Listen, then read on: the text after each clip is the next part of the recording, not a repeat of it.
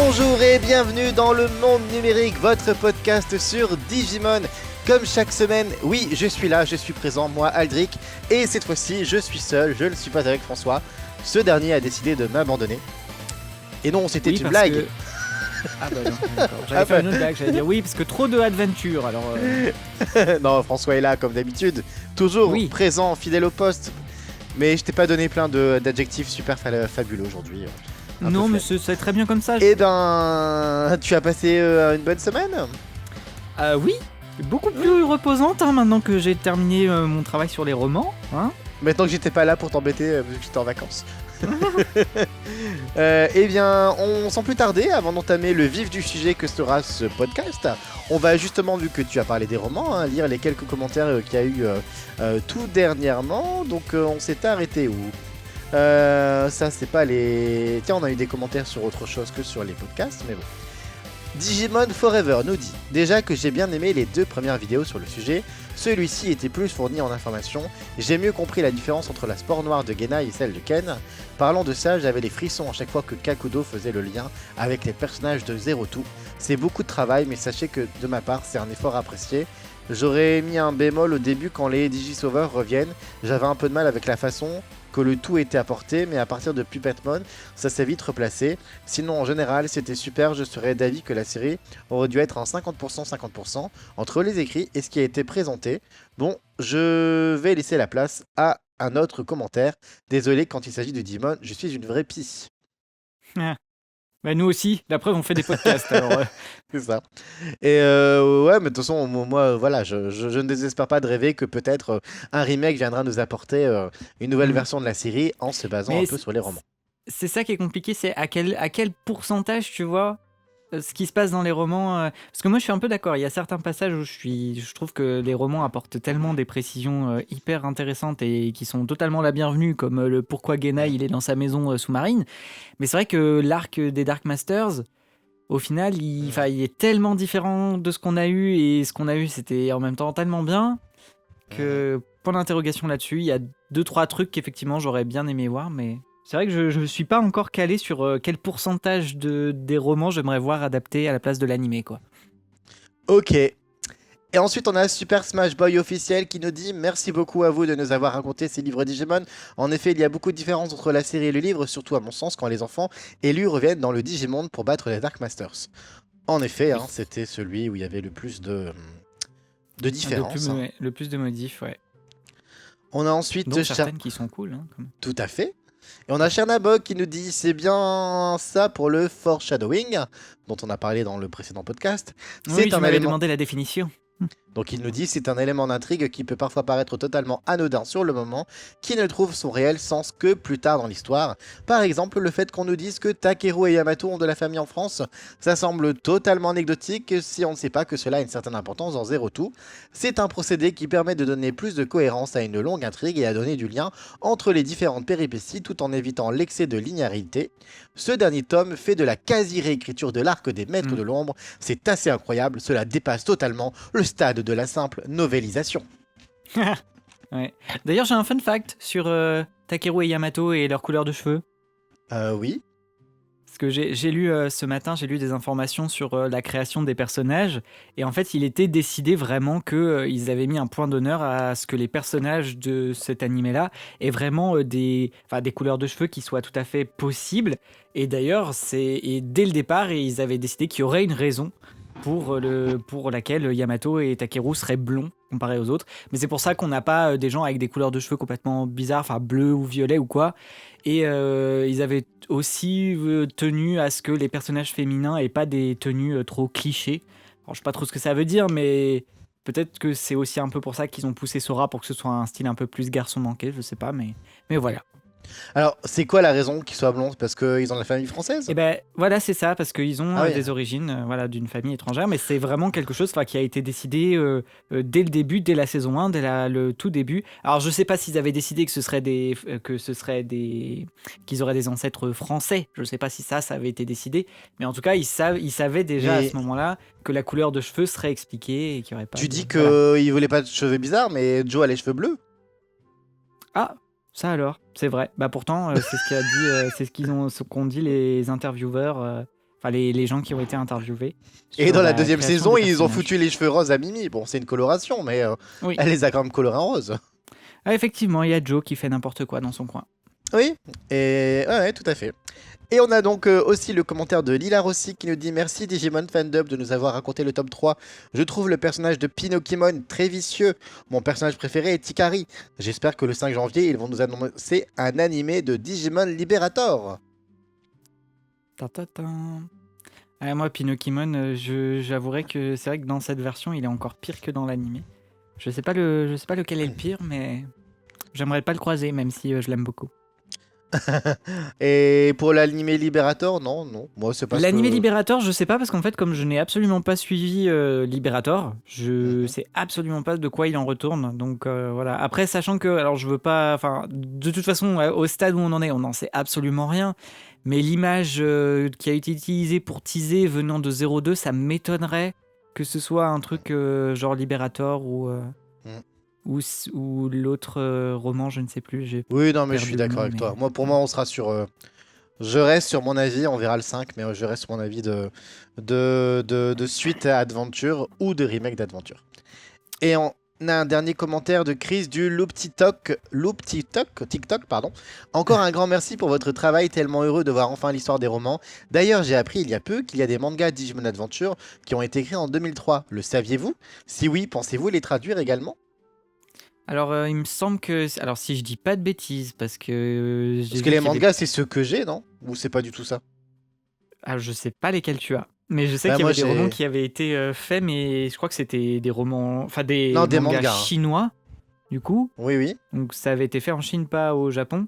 c'est pas ceux que j'ai. Et j'avais commencé à lire... Je sais pas si ça a un réel intérêt, mais pourquoi pas, peut-être un jour, en side project aussi. Why not? Tout est possible. Tout est possible. De toute façon, on vous réserve C'est un plein de peu- surprises.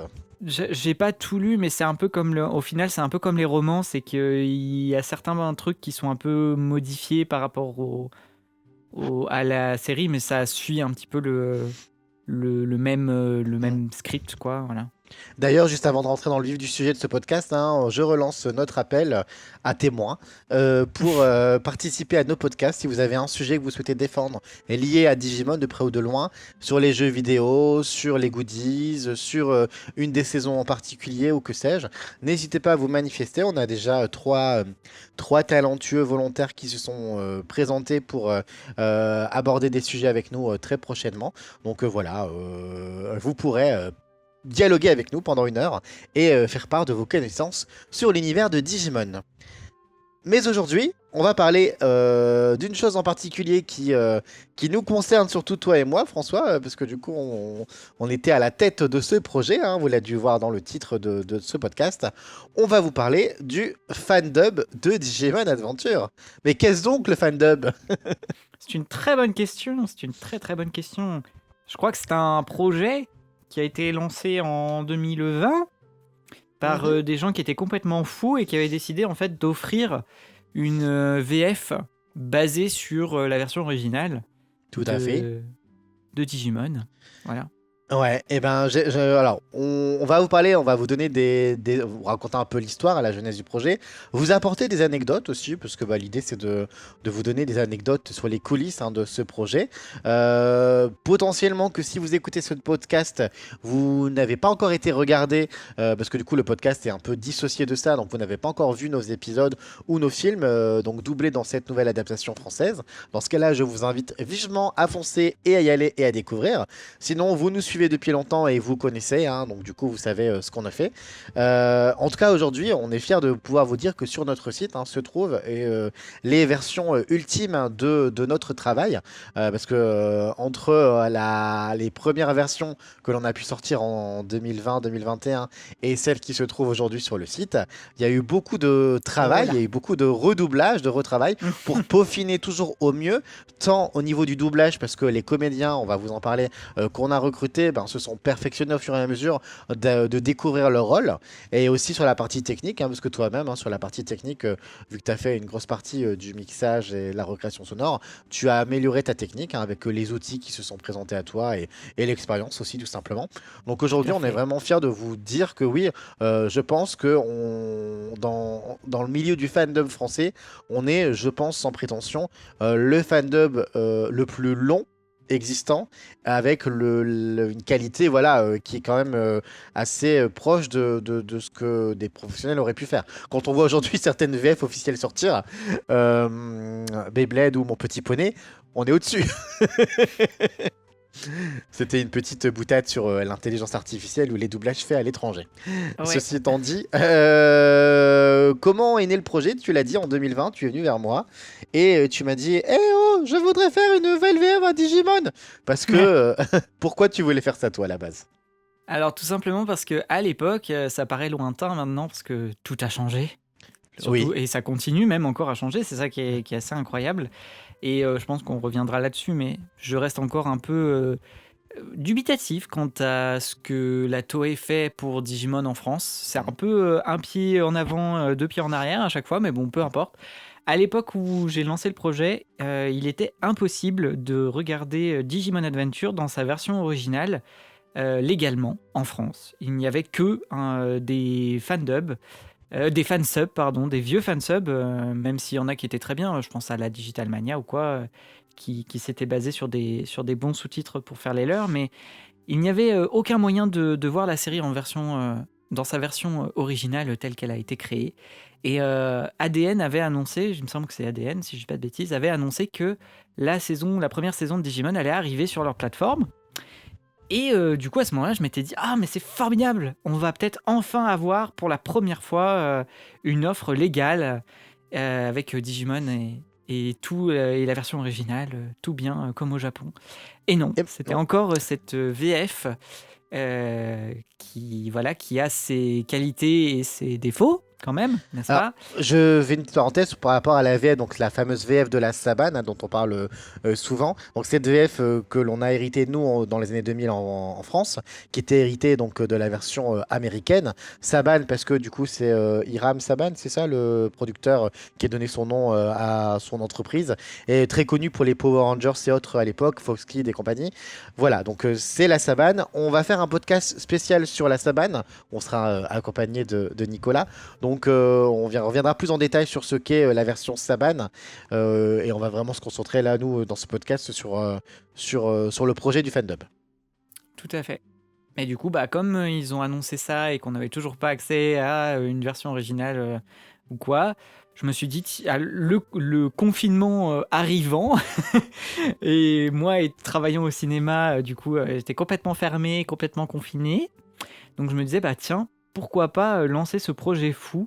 Hein, hein. Voilà. Alors au début, vraiment, c'était une sorte de bouteille à la mer, hein, parce que en 2020, je ne pensais vraiment pas qu'on arriverait à faire ça. Parce que j'étais vraiment, je pense que si c'était à refaire, je ferais pas comme ça, mais j'étais vraiment dans une optique d'y aller à fond. Je voulais complètement faire différemment par rapport à la Saban, c'est-à-dire que je voulais un comédien pour un personnage, donc on avait 14 comédiens différents pour les personnages principaux jusqu'à ce qu'Ikari et Taimon rejoignent le Tu gang. voulais faire comme au Japon, Voilà. quoi. C'est ça, je voulais faire exactement comme au Japon, et je crois qu'on a même fait encore pire qu'au On a Japon, fait hein. pire parce que nous, on a été dans une optique, un comédien par personnage, même chez les Voilà. secondaires. Bon, après, non, certains. Non, non, on en a réutilisé certains, mais le Oui. truc c'est que du coup, on va dire que les premiers castings de base ont vraiment été faits sur leur voix qui irait avec leur personnage, Oui, quoi, et oui. on n'a pas du tout pensé à prendre des gens polyvalents. Voilà, il faut savoir qu'au Japon, je prends un exemple tout bête, mais la seiyuu qui fait Taichi fait aussi la mère de Sora, par exemple. Donc ils avaient quand même des gens dans le casting qui étaient multitâches et qui savaient faire plusieurs personnages. Voilà, nous, on s'est retrouvés avec je ne sais plus combien de... Une cinquantaine de comédiens en tout et pour tout qui ont travaillé sur la série. Donc du coup c'est comme ça que François donc de base vient me voir, mis en relation par Ware de Digimon Community, qui du coup nous connaissait tous les deux, moi parce que j'étais actif via ma chaîne Game Geek sur le sujet de Digimon, et toi parce que tu étais à l'initiative de ce projet. Donc il nous met en relation tous les deux. Moi dès le début, François l'a dit, on était en juin 2020. Donc moi je venais de sortir du premier confinement, donc j'avais quitté mon travail parce que je devais déménager de Bordeaux pour revenir vivre sur l'île. Et donc j'avais du temps libre, hein, mon déménagement s'éternisant à cause du déconfinement du Covid. Et je dis mais ouais à fond, j'adore l'idée, c'est génial. En plus, je revenais avec ma casquette d'ancien producteur de spectacles et de comédie musicale, donc du coup j'avais voilà, j'avais déjà travaillé dans ce style d'univers et surtout manager des équipes et des comédiens et des artistes. Donc moi ça me bottait de ouf. Et en plus j'avais un petit carnet d'adresses. Je me suis dit je vais appeler des potes qui sont comédiens et qui aiment ça. Et puis on va mettre des annonces, on va aller sur Discord, on va aller sur les groupes de Digimon, tout ça tout ça. Bon voilà, donc au début c'était vraiment en mode allez on y va. Mais un peu avec un doux rêve en se disant, enfin toi je pense que tu te disais et d'autres se sont dit, ouais allez si on fait 1 ou 3 épisodes c'est déjà beau, on verra bien où ça nous mène. Ah et oui, puis, totalement. Et puis, on a lancé les castings, et puis c'est comme ça que progressivement, on a recruté les différentes personnes qui ont rejoint notre aventure et qui étaient pour moi certains des amis, d'autres des inconnus, mais qui sont en tous les cas devenus au fur et à mesure de cette aventure, pour la plupart des amis, des gens avec qui on a tissé et noué des liens, et encore aujourd'hui, après l'aventure qu'on revoit régulièrement, enfin, pas tout le monde, parce que voilà, après la vie fait que, mais voilà, ça a été le début d'une véritable aventure humaine, au-delà du fandom et du projet en lui-même. Hein. C'était une vraie aventure avec des personnalités diverses et variées que l'on a réunies. Donc, je parlais des 16 parce que même si au début on était 14, 3 mois après on a recruté Ikari et Telmon un peu par hasard, mais du coup on est vite devenus 16 personnages principaux, plus tous les à côté, hein, techniciens et autres comédiens qui pour certains étaient très impliqués. Je pense à Nicolas Chernabog qui a joué Devimon, Vandemon et Andromon et d'autres personnages qui finalement étaient tout comme un principal tellement il était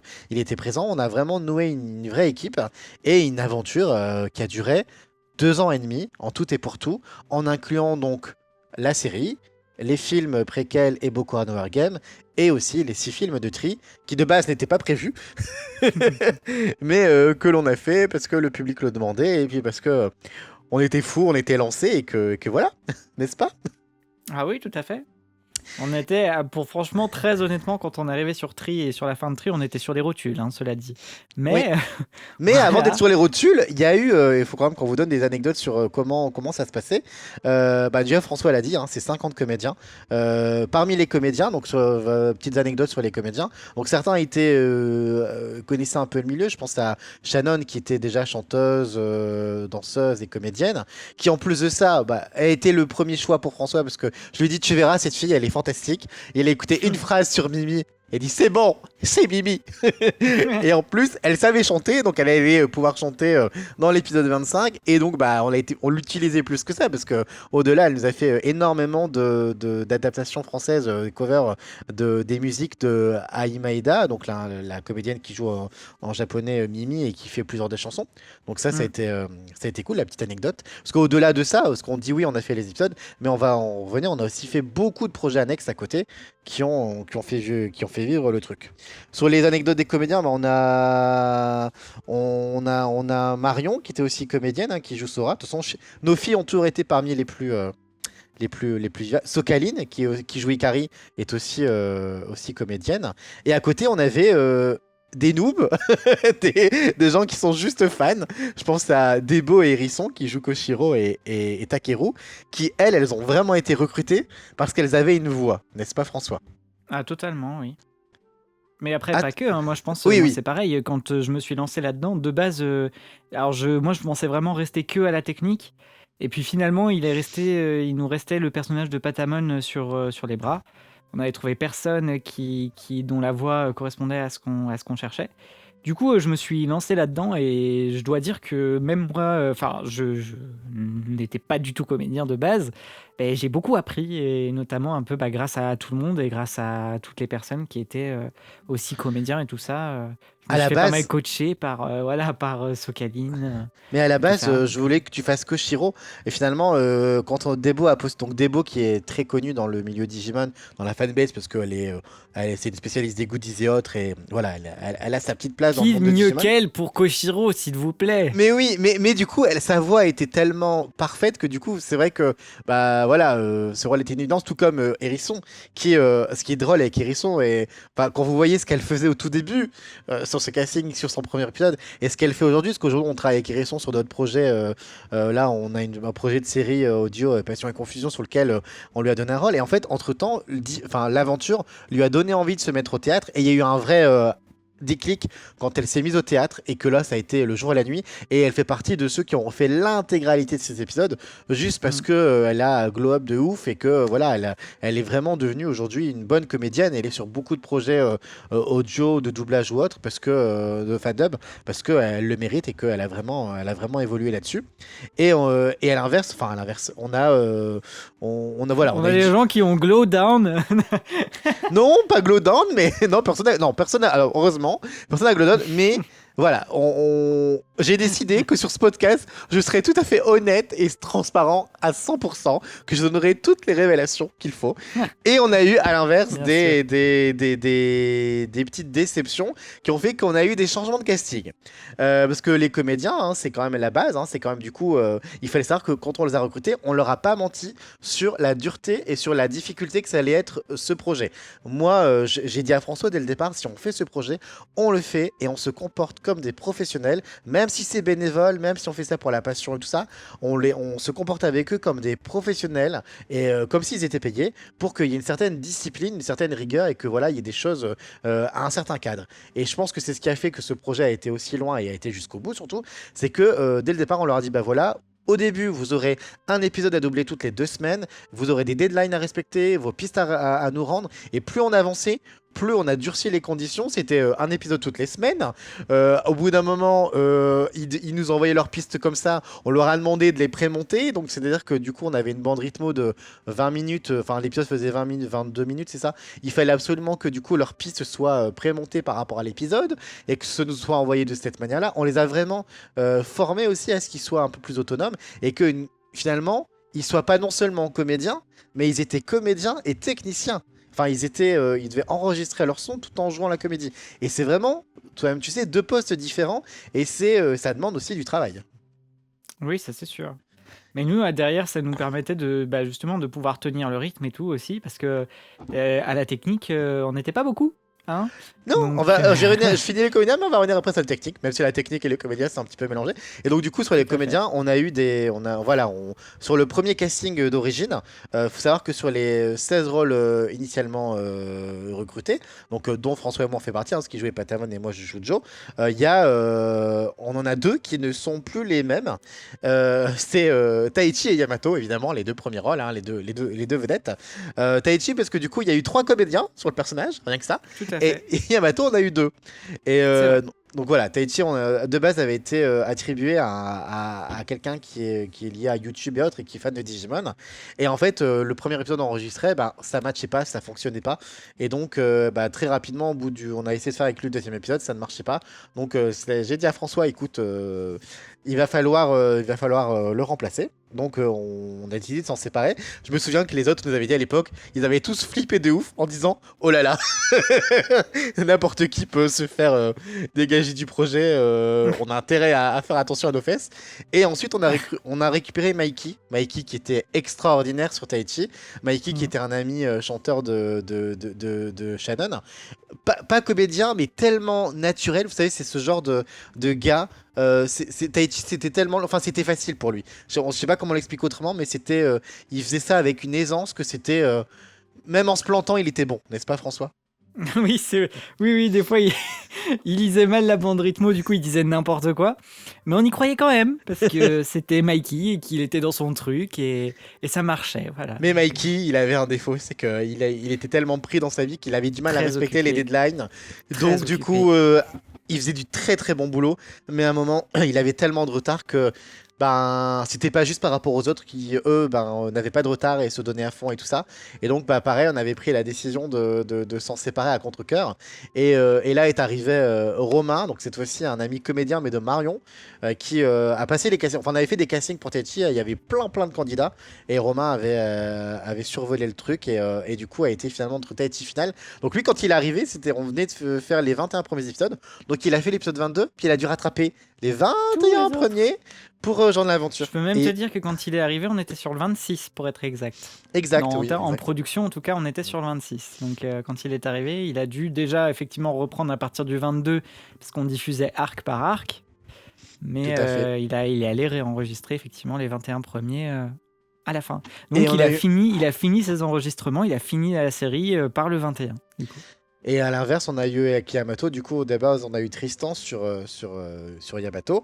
Bon, moi, je m'en suis jamais caché. J'ai toujours eu beaucoup de mal avec euh, sa voix et son jeu d'acteur sur le personnage. Je trouvais que ça ne prenait. Enfin, j'étais pas le seul, mais voilà, c'était compliqué. Il n'était pas comédien de base. C'était dur pour lui. On avait beau essayer de le coacher, de le faire progresser par rapport à d'autres, ça prenait pas. Et donc là, la décision, elle est venue bon, de lui, un peu de nous. Enfin, voilà, plutôt d'un commun accord. Même si lui reconnaissait qu'il était temps pour lui de partir. Il est parti au moment de l'épisode 44, c'est ça? C'est ça. Et c'est là qu'on a eu Arnaud, qui du coup, lui, est arrivé à l'épisode 44 et a dû Ouais, se rattraper les 43 premiers épisodes. exactement. Mais pareil, Arnaud, c'était une évidence, c'était tellement facile pour lui. Il y a des gens, Shannon, Arnaud, pour qui tu les mets derrière le micro, derrière leur personnage, et ils sont les personnages en fait, et c'est facile. Ah oui, oui, c'est vrai que, enfin oui, autant il y a oui, on a eu des fois où on avait pas mal de retouches à demander et tout, autant certains, bah, en plus, c'était assez important, notamment par exemple pour Yamato, qui lui, du coup, a dû reprendre tout plein Oui. d'épisodes. Mais en fait, il les faisait et quasiment du premier coup, c'était Mm. tout bon, quoi. Voilà, donc là-dessus, c'est clair qu'on Mais est tombé sur des petites pépites tout au à fait. milieu. Et du Et coup, puis, voilà, on a eu des très bons comédiens, enfin vraiment, qui ont vraiment joué le jeu, qui se sont donnés à fond, à 100%, qui ont été extraordinaires sur leur performance, hein. Certains pour qui voilà, avaient besoin de plus de retouches et plus de travail, donc je pense à des beaux hérissons, mais qui ont vraiment joué le jeu. D'autres pour qui c'était plus facile. hmm. Et puis on a des comédiens qui voilà, se sont aussi prêtés au jeu de jouer d'autres rôles, de faire des petites guests, hein, de temps en temps, parce que même si on recrutait beaucoup de comédiens secondaires et tertiaires derrière, certains du casting principal faisaient d'autres personnages. Et on a eu, tu l'as dit, des comédiens qui ont accepté de passer tout comme toi et moi, du côté Hmm. de l'ombre, du côté obscur de la Je technique. voudrais juste faire une petite parenthèse avant ça, parce que du coup, quand on entend ça, on entend remplacement des acteurs, machin et tout, hein, ça peut sembler peut-être un peu dur pour un projet où justement, bah, au début, on peut se dire, ouais, mais c'est censé être un projet où fun et tout ça, machin et tout. Le problème, en fait, il y a deux éléments, et le premier, effectivement, que tu as déjà dit, c'était que si on voulait arriver au bout, ce qu'on voulait quand même, et ben, le problème, c'est il fallait de toute façon une certaine rigueur dedans. Tout à Voilà. fait.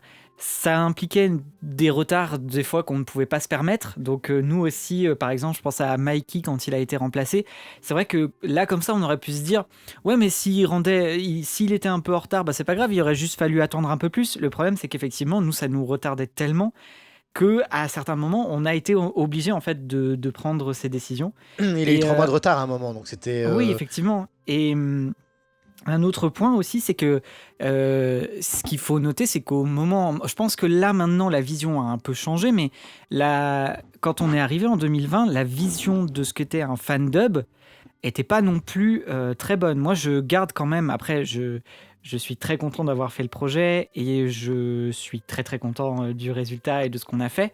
Mais c'est vrai que au niveau de l'accueil du public, je m'attendais pas à ce que ce soit aussi rude, entre gros guillemets, voilà. Mm. Mais il y avait aussi ce côté-là où, du coup, comme les fandubs étaient mal vus, nous aussi, on voulait essayer de montrer que, au final, ce qu'on propose, ça tient la route, qu'on peut totalement regarder Digimon dans cette version et redécouvrir la série. Parce que il faut quand même noter, moi je pense qu'il y a peut-être pas mal de gens qui sont comme ça dans les commentaires. Tiens d'ailleurs, si vous êtes comme ça, manifestez-vous. Mais je suis quelqu'un qui est plutôt pro VO. Je regarde la VO tout le temps quand c'est possible.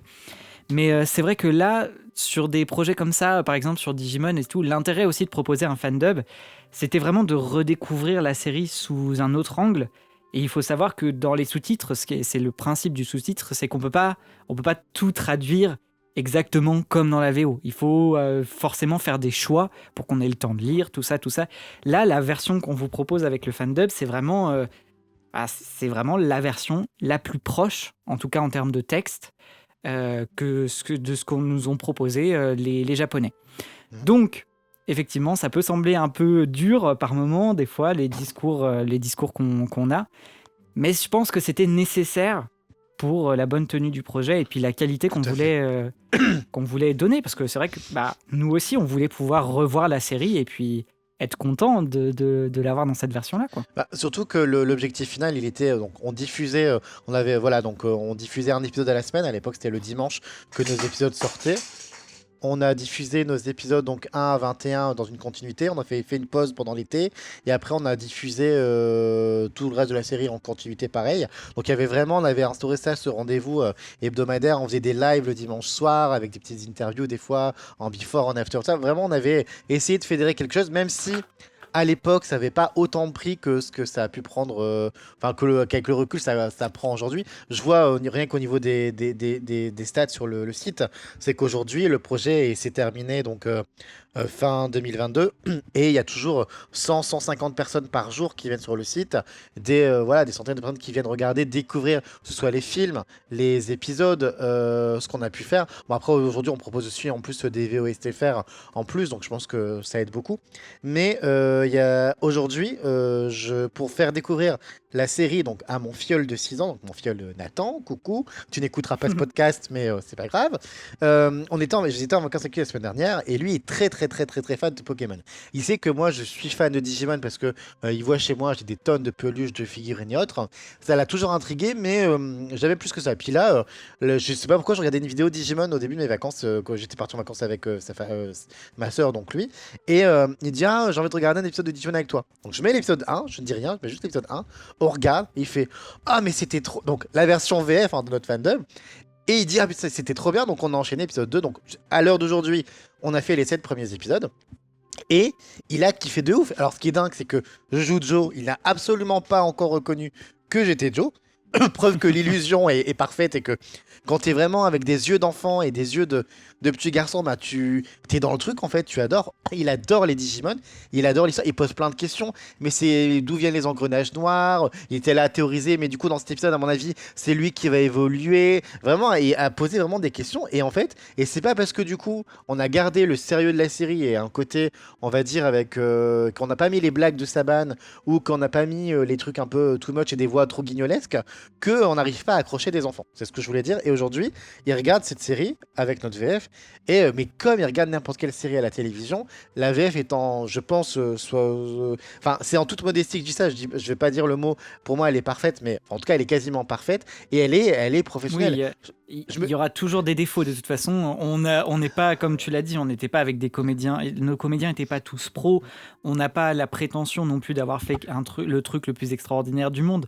Mais Alors, étant donné ce qu'on avait, enfin, je veux dire les ressources qu'on avait, on a fourni quand même un truc qui tient la route, quoi. Mais moi, pour m'être fait la série intégralement, c'est quand tu as proposé la toute dernière version, là, il y a quelques mois, je te l'ai dit, déjà, c'est un sans faute sur les rôles principaux. Pour moi, voilà, on a fait refaire ce qu'il fallait faire refaire et tout ça. Sur ça, on est en sans faute. Techniquement, c'est qualitatif. Il y a quelques petites voix de petits personnages tertiaires, secondaires. Et encore, celles qui n'allaient pas, on les a fait remplacer au final, au fur et à mesure, pour corriger vraiment des choses qui auraient pu passer, qui à l'époque en tout cas, nous semblaient être too much. On disait, ouais, mais là, ça fait pas assez pro, c'est pas assez quali. Tous les défauts qu'il pouvait y avoir, on a essayé de corriger. On a corrigé, pour moi, je pense, la quasi-totalité, qui fait qu'aujourd'hui, on est sur une série à 95% qualitative, vraiment. Je suis d'accord. Et on est sur des épisodes de 22 minutes, 54 épisodes, plus de films, plus les 6 films de tri d'1h30 chacun. Enfin, vraiment, remettons tout ça aussi, l'église au milieu du village. Ça reste quand même dantesque et énormissime. Oui, et, oui, c'est sûr. Et voilà, et moi, et pas parce que je suis dedans, mais aujourd'hui, la version que je regarde de Digimon quand je dois regarder quelque chose, c'est cette version-là, parce que j'ai pas à lire des sous-titres. Tu l'as si bien dit, mais dans les sous-titres, t'as pas forcément toute l'explication parce que comme tu l'as dit, il faut réduire, il faut que ça tienne sur une certaine longueur ou autre. Et là, vraiment, tu prends vraiment plaisir à redécouvrir la série. Et puis voilà, le travail était extraordinaire par nos comédiens. Et donc, je disais, avant cette parenthèse qui était plus longue que prévu, nos comédiens qui n'étaient pas pour certains que comédiens, parce que le plus gros problème qu'il y a dans les fandubs, on en parlait récemment avec Bastien le Trooper qui nous a rejoint sur Digimon Adventure 3, c'est que il y a beaucoup de fandubs. Alors, moi, quand en 2020, François a lancé l'idée de ce fandub, j'avais comme lui une mauvaise image des fandubs. Pour moi, les fandubs, c'était des trucs pourris, avec des sons pourris, avec des amateurs pourris. Bah, bref, c'était rien de bon, rien de beau. Et finalement, je me suis intéressé à ce milieu-là en intégrant énormément de Discord, de groupes Facebook et autres, parce que le confinement a fait exploser le milieu du doublage, les fans de doublage et aussi le fandub de manière générale. Il y a eu 2020, 2021, c'était le pic sur les projets de fandub. Ça a pullué, il y en avait vraiment partout. 2022 aussi. Aujourd'hui, le délire s'est un petit peu retombé, mais du coup, je me suis intéressé vraiment à ce sujet-là. Et en fait, il y avait énormément de projets qui voyaient le jour parce que des gens rêvaient de jouer le rôle de bidule ou donner la voix de tel personnage. Et donc, ils se lançaient sur un projet pour faire la voix off principale du personnage. Mais derrière, ils avaient aucune équipe technique et ils allaient dans le mur parce que finalement, leur truc ne sortait pas ou sortait de manière très, très, très, très médiocre, fallait être honnête. Tous les projets hein, n'étaient pas comme ça, mais 90% des projets du fandub, soyons honnêtes, c'est ça. Il y a des petits projets qui ont, je pense à Pokémon et le Crépuscule, qui sont différents et sont très qualitatifs. Et donc, la technique, c'est ce qui a toujours fait défaut le plus dans le milieu du fandom. Aujourd'hui, Digimon, au départ, c'était toi et moi. Donc, du coup, toi et moi, alors toi principalement, parce que moi j'étais là pour gérer la partie des comédiens, le management, la production, la partie, la direction, on va dire les plannings, faire en sorte que tout le monde soit, les recadrages, vraiment la partie humaine, ce qui est déjà un gros boulot. Et j'essaie de t'assister comme je pouvais. J'ai des compétences de montage, donc en te prémontant les pistes, voilà, en faisant des recherches, tout ce que je pouvais faire pour t'aider. Mais tu étais seul au début à faire les bandes rythmo, le mixage, la recréation sonore, ce genre de choses. Et Tout à fait. si c'était resté comme ça tout du long, on n'aurait jamais été à la fin. Donc, C'est clair. on, on s'est familiarisé avec nos comédiens, on est devenus amis avec certains, puis on a dit ah là là, ça serait cool si on avait un peu d'aide. Hein. Et Pourquoi Mickey demande de l'aide là? je ne sais pas. Et donc, et on a Debo qui a été la première, je pense, à nous rejoindre pour Ouais, donner il de me son temps semble, sur les oui. bandes rythmo. Enfin, on a eu Debo, puis on a eu Virgile, hein, donc Debo qui joue Koshiro, Virgile qui joue Gomamon, qui nous a rejoint aussi pour faire des bandes rythmo. On a eu Hérisson aussi qui nous a Hérisson. aidés. Amandine. On a eu Amandine Discordia, donc Discordia qui jouait Telmon, qui était celle qui, quand elle nous a rejoint, a donné le plus gros coup de fouet parce que elle Oh avait oui. vraiment des compétences techniques et donc du coup, elle a vraiment avancé au début beaucoup de bandes rythmo et tout ça.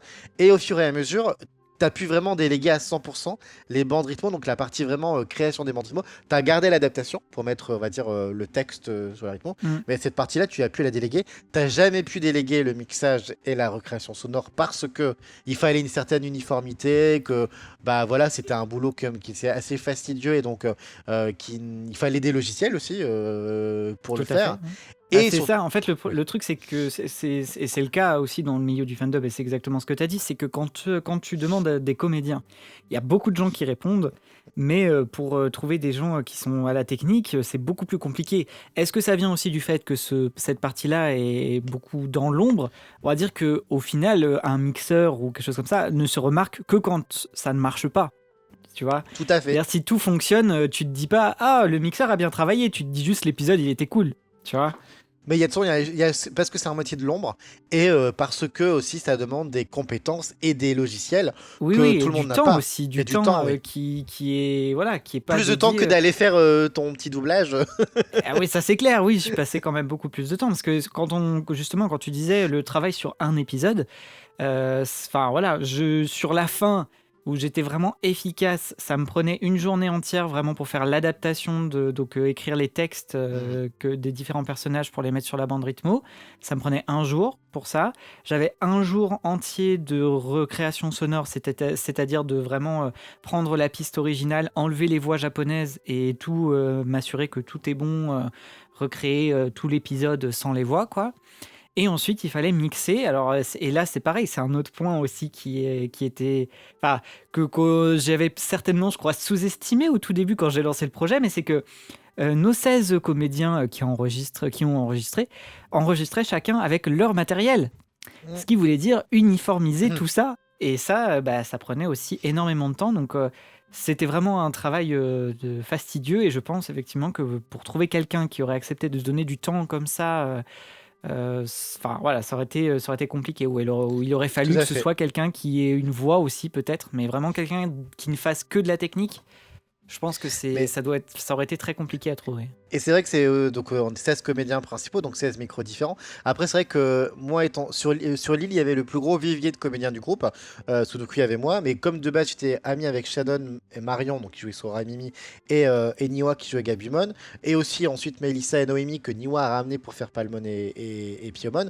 Dès que je pouvais, j'essayais de faire venir les comédiens en question chez moi pour les faire doubler, enregistrer chez moi. Quand certains venaient en week-end, en vacances ou autre, on a fait d'ailleurs, c'est épisode 42, je crois. Où on avait fait Ouais. une digi-rencontre. On va vous parler des digi-rencontres après, mais on avait fait une digi-rencontre et on avait fait passer tout le monde chez moi. Il faisait 40 degrés, c'était en plein été, il faisait chaud comme tout, et à doubler. Et c'est vrai que ce qui était intéressant aussi, c'est que moi perso, je suis vraiment issu de la production. Donc pour moi, il faut être productif, qualitatif, mais il faut que ça aille vite. Et en fait, c'est vrai qu'en faisant venir les gens chez moi, je me rendais compte que certains, ils passaient mais 3 plombes à faire leur doublage parce qu'ils étaient en mode mais ouais mais je suis pas sûr, je vais faire une ASC, une prise, et ils galèrent aussi beaucoup avec la partie technique, hein, sans enregistrer ce genre de choses quand ils venaient chez moi. Mais en fait les gens naturellement, surtout au bout d'un certain nombre d'épisodes, c'est ce que je leur disais, au bout d'un moment où ça faisait 20 épisodes que tu faisais le personnage, bah tu le maîtrisais ton personnage, hein. C'est au moment où enfin il le connaissait quoi, et donc du coup je mettais la bande rythmo, ils y allaient, et souvent du premier coup c'était assez bon. Il y a des choses il fallait revoir quoi, et en fait c'est vrai qu'on pouvait aller comme ça à la chaîne et aller très vite, d'autant plus qu'avec le fandom on a découvert notamment que les Digimon étaient très pauvres en dialogue. C'était vraiment la découverte du fandom. Ah mais c'était extraordinaire. Le premier moment où ça m'a choqué, c'est l'épisode 5, parce que du coup on est dans l'usine, du coup Palmon est là tout le long de l'épisode, mais elle n'a pas un seul dialogue. Et c'est là que je me suis dit, mais en fait, juste le fait d'apparaître à l'écran, bah en fait ça donne l'impression que le personnage est là, du coup, mais en fait en termes de voix, bah, c'est pas du tout pareil, hein. Mais du coup, c'est vrai que c'était drôle parce que du coup, quand on faisait voilà, un épisode était prêt, donc ou une semaine type, donc il y avait une bande rythmo qui était travaillée. François finissait l'adaptation et il me donnait l'épisode en me disant bah voilà, il avait découpé l'épisode entre 8 et 12, 15 scènes en fonction des scènes de l'épisode. Et donc je faisais un tableau récapitulatif où je mettais donc chaque scène et tous les personnages, et puis je mettais en couleur quand un personnage était dans telle scène ou telle scène. Donc on avait un groupe de travail sur Facebook. Oui, on est des boomers. Donc on avait un groupe de travail Facebook et un groupe Messenger de travail et un groupe Messenger de flood pour entre nous papoter, rigoler, s'amuser, tout ça. Voilà, on a quasiment tout. Je sais que c'est choquant parce que quasiment, je pense, 99% des fandoms se sont gérés via Discord. Nous, non, c'était via Facebook, et je pense que si ça avait été pas via Facebook, on n'aurait pas eu le projet qu'on a eu aujourd'hui, parce que le fait que ce soit via Facebook, avec les vrais profils des gens, pas des pseudos, les vrais noms, les vrais machins quoi, les photos, ben ça a permis en fait à chacun de s'identifier les uns aux autres, et j'y reviendrai après aussi d'avoir créé un peu du lien entre nous. Donc du coup on mettait donc sur les groupes de travail voilà, les bandes de boss sont disponibles, voici le tableau récap, votre deadline c'est à rendre pour dimanche prochain, nanana, ceci, cela, si vous avez des questions vous n'hésitez pas. Et voilà, chaque semaine c'était ça, les comédiens avaient une semaine pour nous rendre leur piste, moi je les récupérais, s'il y avait du retard j'étais là je faisais des annonces publiques, j'allais voir les personnes, bon là t'as du retard, c'est quoi ton excuse, je faisais de la prévention, c'est l'été, il va faire chaud, anticipez, vous avez vos épisodes à faire, n'attendez pas les jours où il fait canicule, attention c'est l'hiver, vous allez tomber malade, vous allez avoir des rhumes, vous allez dire que vous pouvez pas, nanana. Voilà, j'étais vraiment en mode j'étais un papa avec eux, hein. J'étais vraiment jouer les papas et les grands frères. Je faisais mon rôle de Joe, quoi, pour être sûr Et puis surtout, il y avait ce lien à garder avec eux constamment pour ne pas qu'il y ait de lassitude ou qu'il y ait de désertion. Ce qui se passe aussi dans beaucoup de projets, je dis les fandoms, mais aussi de beaucoup de projets artistiques de manière générale, en fait, quand il n'y a plus ce lien quotidien, bah, les gens il peut vite pas se lasser, mais en tout cas passer à autre chose sans s'en rendre compte. Nous, ce qu'on a essayé d'instaurer assez rapidement, ça a été, on voulait faire une première digi-rencontre qu'on n'a pas pu faire parce que du coup, il y a eu le deuxième confinement qui est arrivé en octobre. Donc on avait fait une digi-rencontre sur Discord, on s'est créé un Discord, puis on avait fait, je sais pas si tu te souviens, un dimanche après-midi, on avait réuni tout le casting, on était là, coucou, c'est avec nos vidéos à se voir pour la première fois. C'était assez rigolo, mais je sais pas ce que t'en penses, mais c'était pas mal comme expérience, tu Ah trouves pas? oui, c'est clair que de voir, mais enfin, ça a été un des premiers électrochocs aussi, de voir un petit peu, Qu'il y de avait voir des un peu gens. tout le monde. Ouais, voilà, c'est ça. C'est genre, oh là là, mon Dieu, c'est pas juste des voix en fait, il y a des gens derrière. Et derrière ça, en fait, on est arrivé donc dans le deuxième confinement, donc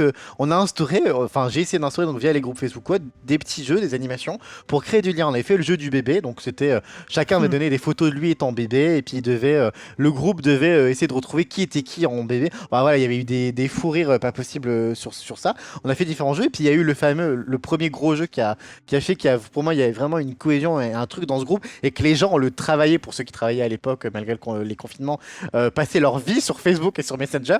Il y a eu Secret Story. On s'était dit, mais tiens, on est parti en délire. Et si on faisait un Secret Story, chacun de nous devait trouver un secret.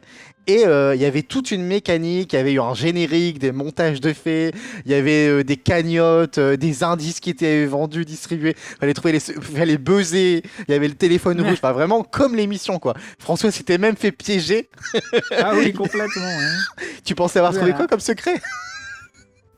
C'était deux personnes qui avaient couché ensemble. Un Enfin, soir de Noël. voilà, c'est ça, mais bref, peu importe, je comprenais pas pourquoi avoir annoncé ce secret, tu vois. Donc, non, et en fait, là, les gens, il y a vraiment eu un lien, une amitié qui s'est créée. Je dis ça pourquoi c'est important, mais le fait qu'il y ait une amitié, même si elle était virtuelle, parce que les gens, on était quand même tous, à ce moment-là, les confinements obligent, en distance les uns des autres, on s'est attachés les uns aux autres, on avait hâte de voir ce que les uns allaient raconter. Tu revenais le soir, tu avais des fois 300 messages dans le groupe à rattraper, parce qu'il y avait eu des délires des ci et des là. Et puis on s'est dit, mais non, mais il faut absolument qu'on se voit. Et on a planifié pendant plusieurs mois, donc la première Digi-rencontre. Et ça a été pour moi le gros événement qui a fait que ce projet allait aller jusqu'au bout, quoi qu'il se passe. C'est le troisième confinement qui s'est arrêté, ou je sais plus, bref, c'était le C'est mois à la fin, la toute fin, c'est vraiment à la sortie de tous les Ouais, confinements. il y avait qu'on encore est les parti, couvre-feux, mais ouais. Mais du coup, c'était mai 2020 mai 2021. On a loué un château pendant tout un week-end, pendant 3-4 jours. On a loué un château immense, il y avait 16 chambres et tout. Et en fait, on s'est organisé pour que tous les comédiens principaux et certains secondaires, hein, il y a eu Nicolas qui est venu, il y a eu Alain, tout ça, qui est Damien qui sont venus. On s'est rencontrés et on s'est réunis dans ce château. Et pour certains, on se rencontrait pour la première fois. On s'était vus pendant presque un an virtuellement et tout, à travailler ensemble sur un projet. On était à l'épisode 25, c'est ça que tu me disais C'est ça, ouais. j'ai travaillé sur les bandes rythmo de l'épisode 25 dans le train à l'aller et au retour. Et on se réunissait aussi pour tourner le clip de Butterfly parce qu'en fait on s'est dit ben, on va enregistrer une cover de Butterfly avec ceux qui voulaient pousser la chansonnette, donc certains s'y sont mis. On a tourné, enregistré un clip ce week-end-là. On a fait une parodie de soap opéra Dynasty, enfin un délire entre nous. Vraiment on a vécu des trucs de ouf et on s'est rencontrés et on s'est vraiment liés. Le groupe dans son ensemble, en tout cas, d'une amitié. Bon, je le disais au début, pour certains, les amitiés perdurent aujourd'hui. Moi, je prends à titre personnel, mais certains étaient mes amis avant. Shannon, Marion le sont toujours aujourd'hui. Et je pense que ce projet, je sais que j'ai un groupe avec Shannon, Marion et Niwa. On était amis avant parce qu'on avait fait des projets artistiques ensemble. Mais ce projet Digimon nous a encore plus soudés et liés. Et aujourd'hui encore, on se revoit tous les mois. Et parce que vraiment, on a ces aventures en commun. Et puis d'autres, bah, je pense à toi, François. Hein, T'es la personne à qui je parle H24 de ma vie. Chaque jour, on a encore des projets en commun. Enfin, et on Tout a à fait. le groupe du comité. Hein, on va venir après de ce qu'était le comité avec, je pense à Valou, Debo, Nicolas, Virgile, on se voit régulièrement parce que derrière le château, on a essayé d'instaurer tous les 3 à 6 mois des digi-rencontres. Donc souvent à Lille, hein, parce que j'avais une maison. Donc du coup, tout le monde venait à Lille. Après, on a fait Lyon aussi. Hein, on avait fait Halloween à Lyon, de ton côté, François. On a fait Bruxelles il n'y a pas longtemps et on essaie de se rencontrer régulièrement pour garder le lien et parce que bah, en fait on était vraiment devenus amis et puis au-delà de Digimon, au-delà de cette passion, on a ce groupe qui s'est constitué et si il n'y avait pas eu ça, ce projet n'aurait pas pu aller jusqu'au bout. C'est vraiment la dimension humaine, pour moi, elle est à 80% liée à la réussite de ce projet. Je sais pas si tu es d'accord. Je pense que oui, hein. C'est ce que tu dis, c'est quand je pense que notamment au château, quand les gens en fait se sont rendus compte qu'au final, si ce que eux faisaient avait des conséquences pour toutes les autres personnes aussi, bah, je pense que là, ça te crée un petit truc où tu te dis, ah ouais, je fais quand même partie d'un truc un peu plus grand qui me Mm. dépasse un peu, quoi. Et Et je tous pense qu'il y n'étaient avait, pas on fans avait de Digimon. aussi, Hein. non, en plus, ouais, mais et je pense qu'il y avait un autre truc aussi, et je pense que c'est Nicolas Charnabog, notre cher ami, qui me contredira pas là-dessus et qui nous l'a dit plusieurs fois, mais je pense qu'en fait, à nous deux qui étions à l'origine du projet, on avait aussi cet espoir naïf, hein, je pense quand même, de vraiment aller jusqu'au bout. Et je pense que ça a un peu aussi, ça a dû motiver pas mal de personnes, je pense, à vraiment tenir jusqu'au bout, parce enfin voilà, on était vraiment en mode, on va y arriver, quoi. Mais tu sais Alors que oui. j'ai jamais cru, moi, qu'on irait jamais jusqu'au bout. Hein. Mais moi, à Moi, partir du moi, moment... j'ai Oui, vraiment je cru sais. qu'on irait pas. Mais moi, à partir du moment où tu es venu me voir, moi, si je m'engageais dans ce projet, c'était pour aller jusqu'au bout. Moi, vraiment, Oui. malgré les obstacles, malgré les machins... Mais bien évidemment que moi, pareil, au début, quand je t'ai proposé, dans le meilleur des mondes, bien évidemment que j'avais espoir qu'on aille jusqu'au bout, mais très sincèrement, surtout au tout début, on n'avait pas encore tous les outils, et j'étais Oui. pas encore calé à 200% sur la technique et tout. Je me posais vraiment des questions sur Oui. pouvoir tenir ça aussi longtemps. Et puis en fait, non, enfin ouais, de voir vraiment tout cet élan et tout, les gens, les Et c'est surtout encouragements que de tout le monde. Ben, au-delà, on a fait les épisodes, mais au-delà, on a Valentin, donc qui joue Tantomon, qui était arrivé avec son idée de et si on faisait des digichroniques. Donc il écrivait donc des chroniques, des petites pastilles qui venaient compléter chaque épisode sur un duo humain Digimon. Pour il y avait sur je sais pas, la géographie, les trucs culinaires, les amours, les relations, enfin plein de sujets différents qui étaient plutôt intéressants de manière générale. Il y avait ouais. ça en plus qui venait s'ajouter. On a eu donc les chansons, donc on a fait Butterfly, mais derrière Shannon avait enregistré Keep On, non, I Wish, avec Socaline, donc qui jouait Carré, elles ont fait Keep On. Donc il y a eu ces trucs. À côté de ça, au moment du château, est né d'autres projets. On avait fait via la Team Rainbow devenue Phoenix Studio, puis morte aujourd'hui. On avait développé des fois avec toi, des fois avec d'autres gens, mais en tout cas toujours avec des gens du groupe, d'autres projets. Bah, on a fait L'étranger de la plage, toi et moi quand même, qui est un film d'animation qui est extraordinairement beau, où on joue tous les deux les rôles principaux du couple amoureux.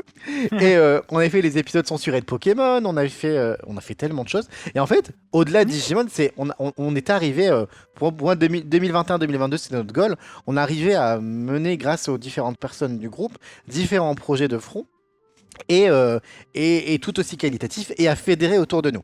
On arrivait à fédérer autour de nous, à voir que des gens nous rejoignent et envie de nous rejoindre. Et pourtant, on n'avait pas toujours, en tout cas on n'avait pas l'impression, on faisait les lives le dimanche soir, on n'avait pas full de masse de gens qui venaient nous voir, parce que on est fan de Digimon. Si vous êtes là, vous le savez, Digimon, ça reste toujours quelque chose de niche, qui est assez confidentiel, et donc qui n'explosait pas de masse, parce que voilà, c'était dur de se faire connaître et de sortir de l'ombre, entre guillemets, pour se faire voir, quoi. Je pense que tu es d'accord avec ça. Ah, c'est clair, ne pouvant en plus rien mettre sur des plateformes comme YouTube ou quoi, Oui. ça nous a pas aidé, voilà. Mais en vrai, voilà, je veux dire, si maintenant vous voulez aller voir sur le site, je vais essayer de rien oublier, mais dites-vous que vous avez accès à, alors comme il a dit, le film préquel, Bokura, en VF, hein, du coup la série aussi, les 6 films de tri qui sont disponibles en version 5.1 aussi, donc vraiment dans des conditions, si vous avez un home cinéma chez vous, vous pouvez regarder voilà, en mode vraiment comme si c'était au cinéma. Mais à côté de ça, effectivement, on a fait toutes les chansons donc, qui sont liées à Digimon, la série, mais aussi les films, parce qu'on a fait les endings de Bokura, des films de tri. Voilà, tous les endings des films de tri ont été adaptés en français. Et il y a les chansons, mais chaque chanson a un clip vidéo. Et certains clips sont assez ouf quand même. Tous les épisodes de la série sont, comme tu l'as dit, associés à une petite pastille chronique présentée par à chaque fois un binôme, un enfant élu et son Digimon. À côté de ça, on a fait des dramas officiels, donc la pause de 2 ans et demi. On a fait des dramas qu'on a inventés nous. Je pense à ce qui se passe entre l'épisode 21 et l'épisode 22, qui a été entièrement créé par Valentin. Il a fait aussi un drama sur les personnages de Bokura, les gens qui n'étaient pas mis en avant dans le film.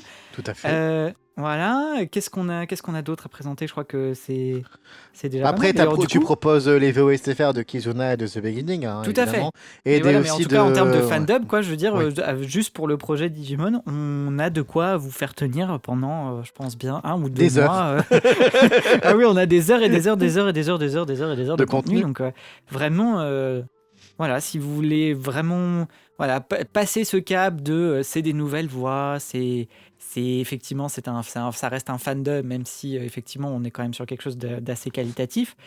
Vous avez de quoi vous éclater et retomber, à mon avis, je pense, un peu dans Mais l'enfance. Voilà, je sais qu'on est-ce que... reçoit des messages régulièrement sur le site internet, et d'ailleurs, je remercie tous les gens qui prennent le temps vraiment de nous remercier. Ça fait toujours chaud au cœur, et moi, je suis toujours exactement ce que tu as dit tout à l'heure, c'est que moi, je trouve ça extraordinaire quand j'ai des gens qui me disent qu'ils font découvrir le Digimon à leurs enfants À leurs via enfants, la oui. version qu'on a fait nous, quoi. C'est vrai Ça que ça me arrive touche toujours souvent autant, donc ça arrive souvent qu'on ait ce message et ça fait très très plaisir. Surtout que, parce que du coup, là, on a beaucoup parlé de la série, mais est arrivé le moment où, alors que c'était pas gagné parce que c'était assez compliqué, qu'il y avait aussi en coulisses, ben, pour certains en tout cas, des complications, on s'est dit, mais pourquoi on ferait pas, donc beaucoup à Noir Games c'était acté, mais pourquoi on ferait pas les 6 films de tri?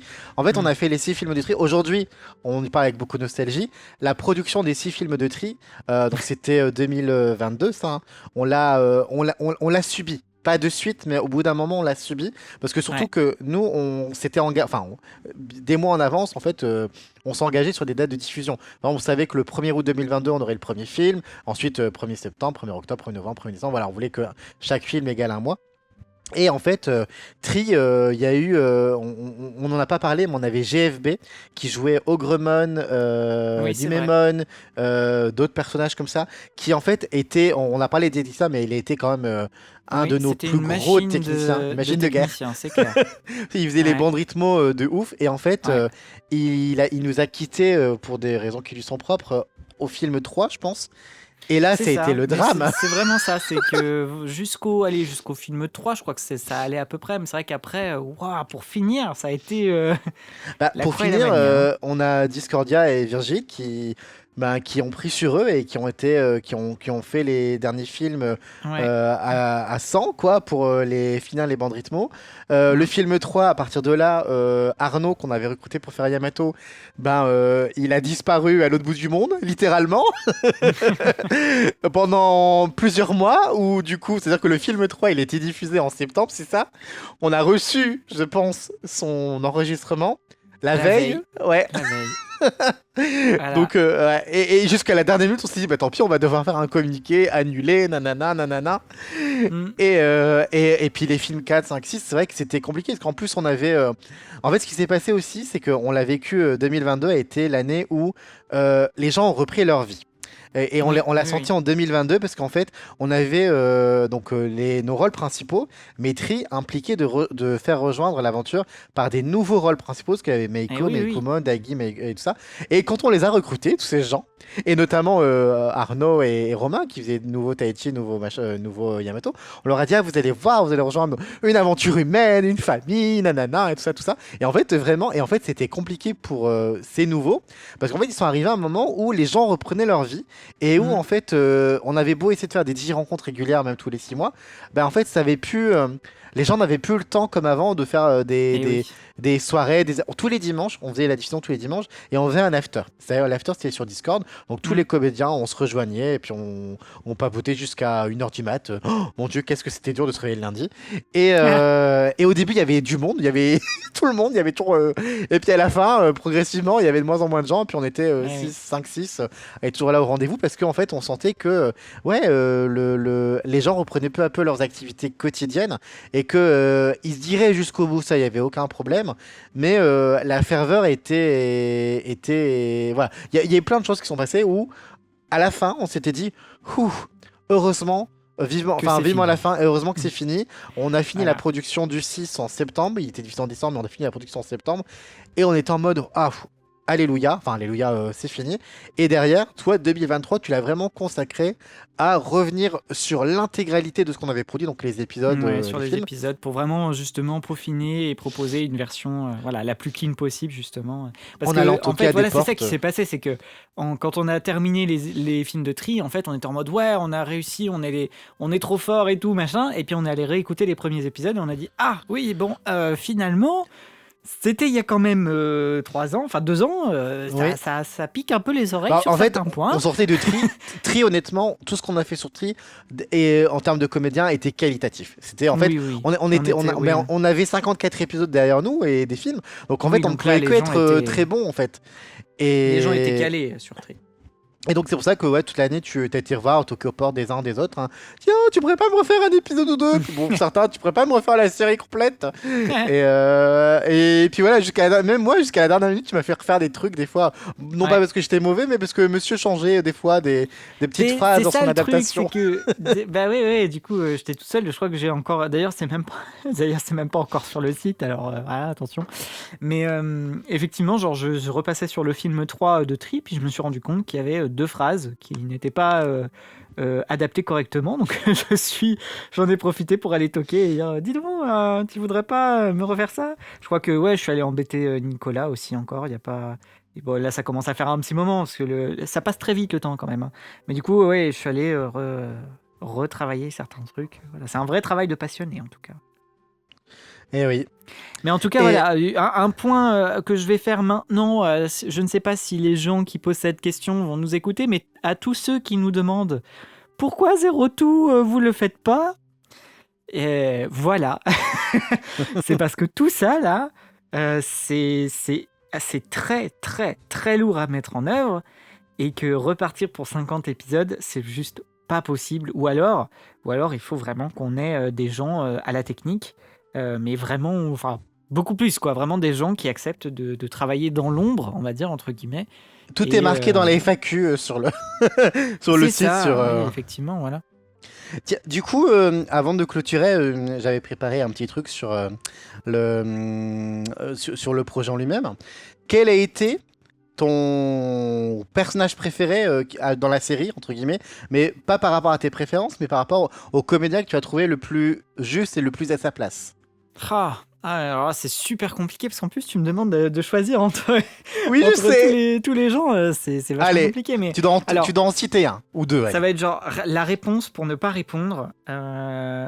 Comme tu l'as dit, alors il y a plusieurs personnages qui étaient des évidences. Voilà, genre Socaline, ce qu'elle faisait sur Ikari, ce que Shannon faisait sur Mimi, Oui. voilà. Mais je dois avouer, et ça, je suis désolé, ça ne sera pas un seul personnage, mais je dois avouer que moi, c'est les scènes Taichi Yamato. Ah oui. Quand les deux, ils devaient vraiment pousser, je pense à genre la bataille finale de l'épisode 54, je pense à dans Tri, je crois que c'est le film 5, où ils doivent lancer l'évolution d'Omegamon, ils sont en train de courir et tout machin, et ils doivent vraiment pousser et tout. Et les deux là, quand ils s'y mettent, mais c'est... Enfin, c'est une explosion, quoi. Et les deux fonctionnent tellement bien que moi, ces scènes-là, à chaque fois, quand c'est Yamato et Taichi, je suis embarqué à 200%. Donc voilà, ce Non sera ma mais réponse. et moi je dirais, si tu dois répondre, les Digimon de manière générale, parce que du coup, je me souviens que la première fois on s'est dit, ouah, ça marche bien, c'est quand tu nous avais balancé la scène du premier épisode où les Digimon se battent contre Kuwagamon. Et en fait, je trouvais que les Digimon étaient tous à leur place et étaient très kawaii, très mignons. Et voilà, moi je. Ensuite, autre question. Avec quel autre personnage t'as aimé donner la réplique en tant que Patamon, toi? Bah, j'ai pas donné la réplique à beaucoup de gens. Hein. Non, mais alors, virtuellement, évidemment. Ah, virtuellement. Tu regardes la scène et tu dis, oh ouais, ça fonctionne vachement bien.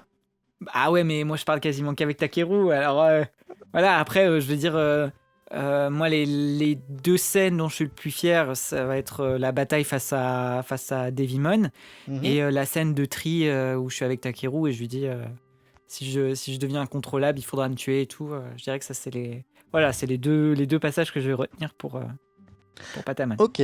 Ouais, moi, je répondrais avec Gomamon à mon petit Virgile. Et non, et je dirais Shannon parce que Shannon est une amie dans la vraie vie. Et du coup, moi, voir mes scènes Joe et Mimi avec elle, surtout que bah, vous le savez, hein, Joe et Mimi, c'est la vie, couple forever. Je suis toujours très admiratif de voir le résultat. Quelle scène pour toi a été la plus difficile à faire pour un ou des comédiens sur le projet de manière générale? Donc pas pour moi, hein, pour les Non, pas pour comédiens toi, en général. où t'as dû demander des retouches spécifiquement, ou parce que du coup, tu trouvais que c'était dur d'avoir le résultat escompté, par exemple. Ou juste parce qu'elle était dure à faire. J'ai rien là qui me vient. Je sais qu'il y avait le fameux épisode 19 pour Debo. C'est Ah l'épisode où oui! Koshiro, et oui, c'est l'épisode où Koshiro découvre en fait que le monde numérique est Oui, oui, oui. dans l'ombre de la Terre et tout. Et Bon, moi, tout le c'est charabia. le. Moi, j'allais répondre le 44 pour le premier Yamato. Ouais, sans doute, ouais. Je t'avouerai que j'ai plus trop de souvenirs parce que du coup maintenant, à force d'avoir retravaillé, j'ai vraiment plus les dernières versions en tête, mais je me souviens pas vraiment de scènes où c'était vraiment galère, voilà. Mais Et est-ce qu'il y a une scène ou un épisode qui te marque particulièrement? Avec cette VF, hein, j'entends bien. Hein. Quand tu.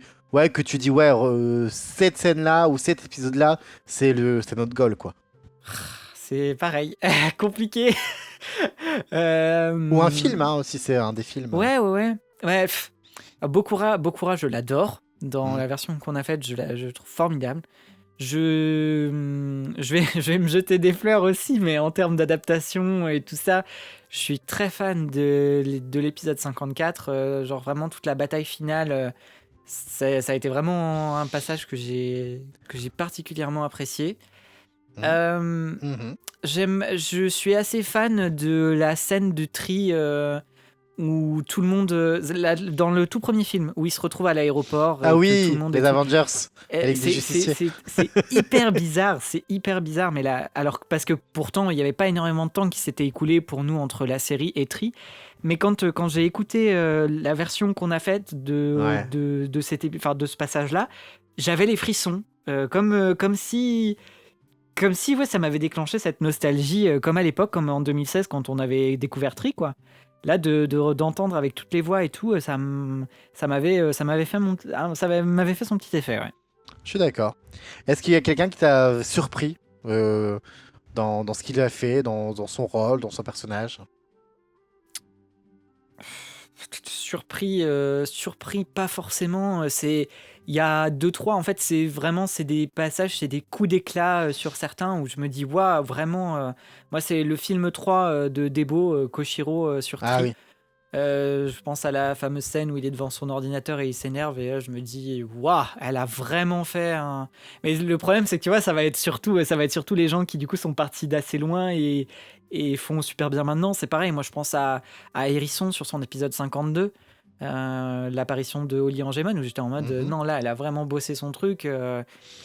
Voilà, donc après c'est pas tant des surprises, mais c'est plus, tu sais, c'est genre ce petit sentiment de fierté où tu te dis ah quand même on les a Mhm. emmenés et tout vachement loin et ça fait plaisir de voir à quel point les gens tu sentais que là ils s'étaient impliqués, qu'ils avaient vraiment envie de faire au mieux et c'était touchant.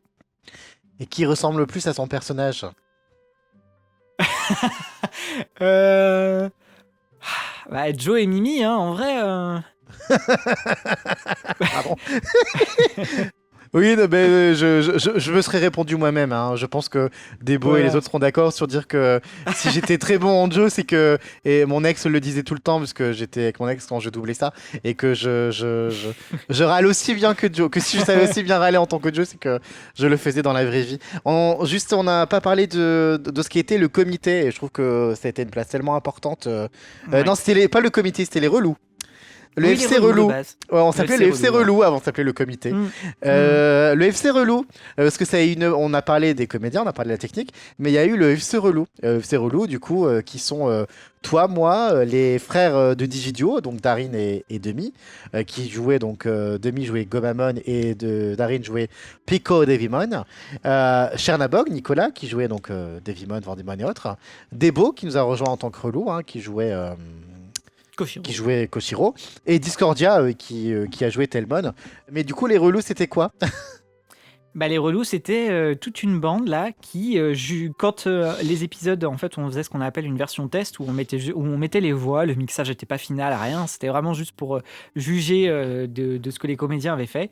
Et le FC relou était là pour dire ça va pas, ça va pas, ça va pas. Ça nous permettait d'avoir un regard extérieur et de justement voir ce qu'il y avait à corriger, de permettre de proposer la meilleure version. Mais on s'est bien amusé avec eux, hein. Il y a aussi pour les castings, parce qu'on on jugeait Oh les oui, ils nous épisodes, aidaient pour et les on jugeait castings, les ouais. castings aussi, parce que du coup on a eu Oh purée. pour Tri, pour Nouveau Taichi, pour Nouveau Yamato, pour plein de choses, voilà, ils venaient nous aiguiller, nous aider sur les castings, et c'est vrai qu'on a passé de très bons moments, et donc bon, C'est hormis vrai. Discordia, le groupe existe toujours finalement, parce qu'on a rajouté Valentin qui nous a rejoint, parce que Valentin a beaucoup contribué sur Digimon avec les chroniques, avec certains dramas, et c'est vrai que bah, c'est le groupe finalement qui est toujours constitué avec lequel on parle toujours Digimon hein, finalement. Mm. On théorise sur ce que va être la prochaine série, les prochains films, on parle des Voilà. podcasts et tout ça. Et, Voilà. il Ouais, faut il faut dire que dire qu'en même temps, on en a vu tellement des vertes et des pas mûres hein, en termes de casting et tout ça. tu penses Quand à je dis quand... Régine. Ah bon, peut-être, je ne sais pas. Je ne sais pas. La petite anecdote, parce que Régine n'écoutera jamais ce podcast, on peut en parler. Ça a été le casting le plus what the fuck What du the monde. fuck? C'est quand on cherchait, oui, on n'a pas dit, mais Agumon a changé entre la série et Tri, Ouais, parce que du coup, Haru qui jouait Agumon donc sur les 54 épisodes n'a pas pu rester. Donc, au moment de faire Bokura d'ailleurs, hein, on a changé tout d'Agumon. à fait. Bon, finalement, vous l'avez peut-être ou pas reconnu, mais c'est le Tropper, hein, Bastien, qui donc youtubeur de Qui a génie, hein, je récupéré vous le invite à rôle, ouais. regarder, qui a récupéré le rôle. Mais dans les castings, on a eu Régine. Oh Régine, tu pourrais imiter ce que Régine a fait? non, c'est impossible. C'est C'est impossible. Mais inimitable. c'est inimitable, mais ça reste un casting mythique pour nous. Oui. Vraiment, en plus, c'est indescriptible. Ah Voilà, oui. c'est indescriptible. Mais autant sur certains. Des fois, il y a des castings où le choix était dur parce que les gens étaient bons. Je pense à Yamato, Taichi. Oui, Et ouais. sur Tri, c'était la débandade parce que on avait l'impression que je sais pas ce qui s'est passé quand on a lancé les castings de Cri. Bon, finalement, on a eu. Ouais, ce qui est drôle, c'est qu'on a lancé les castings de Tri pour Meiko, Daigo, Maki et Meikumon. Et en fait, on s'est retrouvé finalement à choisir des gens avec qui on collaborait déjà sur des projets de la Team Rainbow et autres. Donc, à savoir Claire, Merig, on a eu qui bah, Bastien, du coup, et je sais plus qui, Mm. et Leslie. Alors qu'on a eu plein de candidatures, mais vraiment, c'était en fait. Ça explique vraiment dans le fandom, en fait, t'as beaucoup de gens qui veulent se lancer dans le fandom, ce qu'on disait, mais qui n'ont pas forcément le truc, le talent, le matériel. Des fois, c'est même pas le talent, c'est juste le matériel. On se disait, mais Oui. c'est pas possible. Mais avec quoi ils enregistrent? Ils étaient dans des sonars, dans des sous-marins, j'en sais rien. Mais et c'est vrai que toi, à la fin, tu disais, non, mais ne me faites passer que ce qui est potable. Ah oui, j'avais pas le temps avec la technique. Non, moi je Du coup, filtre parce que là. les trois quarts, tu n'as pas écouté parce que dès qu'on sentait que le technique n'allait pas, c'est allez hop, on vire. Ouais. Mais avec le recul, ça reste. Moi, je taquine souvent François parce que je pense que pour à titre personnel, ça a été l'une des plus belles expériences de ma vie. Je suis. Pourtant, j'ai fait des choses. Hein. J'ai produit des comédies musicales, des spectacles. J'ai fait des trucs assez dingues artistiquement dans ma vie. Mais ce projet qui a été Digimon, peut-être parce que c'est Digimon et que Digimon, depuis ma plus tendre enfance, c'est un lien particulier pour moi. J'aime Mm. d'amour Digimon, j'aime cet univers. Mais ce projet, ce moment de vie, c'est 2 ans et demi. Et plus, hein, parce que pour certains on a vie, mais ces 2 ans et demi ça a été le projet le plus fou, le plus fou parce que c'était des bénévoles, c'était des passionnés, c'était une aventure improbable aux quatre coins de la France. Mm. Et voilà, et ça s'est bien terminé et c'est là quoi. Et je veux dire, ouais, je pense que pour toi c'est pareil, c'était le projet le plus Ah fou bah quoi. oui, c'est clair, hein. Moi je suis encore choqué qu'on ait réussi à aller jusqu'au bout. Et peut-être qu'un Donc jour voilà. on retrouvera tout le monde pour faire zéro tout. Peut-être, parce que je disais, dans 10 ans, pourquoi pas? On s'était dit rendez-vous dans 10 ans. Bah, en tout cas, Voilà. voilà. Un dernier mot pour si jamais ils passent par là, pour nos amis comédiens qui ont travaillé avec nous. Tu as des petites dédicaces à faire pour certains d'entre eux. Pas de dédicace, juste dire merci. Juste dire merci à vraiment à tout le monde. Et puis à tous ceux qu'on n'a pas cités, ceux qu'on a peut-être oubliés, parce qu'en même temps, il y a tellement de gens qui sont passés, on ne sait plus Bah, où on a donner de cité la tête. Donc, Romain, Romain on a cité Taichi. tout le monde en vrai, hein, moi je Ah, pense. Mais bon, en tout cas, voilà, moi je tiens à remercier vraiment tout le monde de s'être rallié on n'a à pas ce cité projet les complètement mamans. fou. Et Ouais, on était on n'a pas recruté le des temps, il est mamans. déjà 1h12 Oui, là, c'est allez. vrai.